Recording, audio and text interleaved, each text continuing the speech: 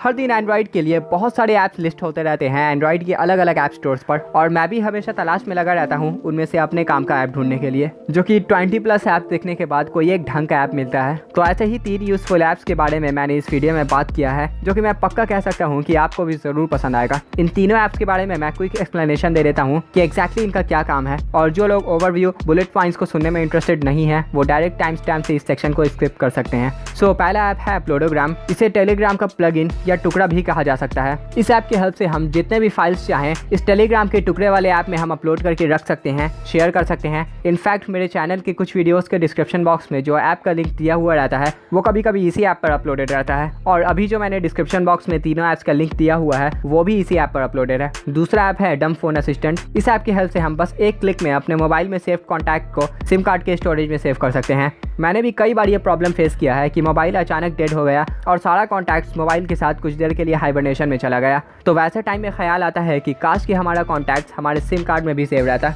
और तीसरा ऐप है नोटिफिकेशन लॉग। इस ऐप की हेल्प से हम अपने एंड्रॉइड के सारे नोटिफिकेशंस को सेव कर सकते हैं। अब नोटिफिकेशन सेव करने वाले ऐप्स की कमी नहीं है, बट ये एप्लीकेशन उन सबसे अलग होगा। वीडियो आगे तक देखते रहिए, पता चल ही जाएगा। ये तीनों ऐप्स ओपन सोर्स हैं, एड फ्री हैं, लाइट वेट हैं, और तीनों मैंने एंड्रॉइड से डाउनलोड किया है, और तीनों ऐप्स प्ले स्टोर पर अवेलेबल नहीं है। वीडियो स्टार्ट करते हैं अपने पहले ऐप को लॉन्च करके, जिसका नाम है अपलोडग्राम। इस ऐप का नाम भी बहुत हद तक टेलीग्राम से मिलता जुलता है, और इस ऐप के डॉक्यूमेंटेशन में साफ लिस्टेड है कि ये टेलीग्राम के क्लाउड को यूज़ करता है, और इसका आइकन भी बहुत हद तक टेलीग्राम से ही मिलता जुलता है। खैर, लॉन्च करते हैं इस ऐप को। यहाँ अभी कोई फाइल्स अपलोडेड नहीं है। फाइल अपलोड करने के लिए अपलोड के बटन पर हिट करते हैं। यहाँ से वो फाइल सेलेक्ट कर लेते हैं। ये अपलोड होने लगा। ऐसे ही मैंने 2 और फाइल्स को अपलोड कर लिया है। अब इनमें से एक फाइल पर हिट करते हैं। अब यहाँ से हम इसके अपलोड हुए फाइल के नाम को चेंज भी कर सकते हैं। मैं चेंज कर ही देता हूँ।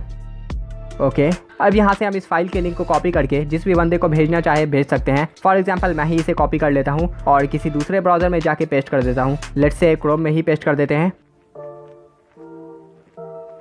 ये रहा हमारा फाइल का नाम, और ये रहा इस फाइल का डाउनलोड बटन। ये ऐप मुझे खास एक और वजह से लगा, क्योंकि ये ऐप गूगल ड्राइव की तरह हेवी नहीं है, और बाकी क्लाउड स्टोरेज की तरह ये ऐड से लोडेड भी नहीं है। खैर, इस ऐप के बारे में एक बात जानना ज़रूरी है, जो कि मैंने इतने दिन चला के ऑब्जर्व किया है। इस ऐप में हमें किसी तरह का अकाउंट नहीं बनाना पड़ता है, इसलिए अगर ये एप्लीकेशन गलती से डिलीट हो गया तो हम सारे अपलोड हुए फाइल्स का एक्सेस खो देंगे। मतलब एक्सेस अब भी कर पाएंगे अगर लिंक होगा तो। अब चलते हैं नेक्स्ट ऐप की तरफ, जिसका नाम है डम फोन असिस्टेंट।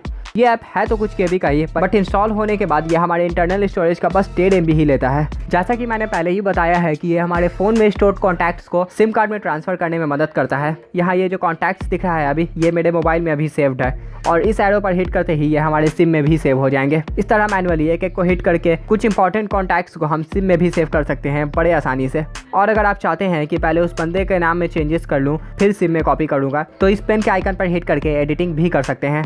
और जैसे जैसे कॉन्टैक्ट सिम कार्ड में ट्रांसफ़र होता जाएगा ये चेकआउट का साइन बनता जाएगा उस पर। और यहाँ इसके सेटिंग्स में कुछ खास ऑप्शंस नहीं है बताने लायक। अब सीधा चलते हैं तीसरे और आखिरी ऐप की तरफ। इसका नाम है नोटिफिकेशन लॉग। इस ऐप का साइज बस 15 MB के करीब ही है। ये कुछ ऐप्स के डेटा हैं जो कि इस एप्लीकेशन ने कैप्चर किया है इतने दिनों में।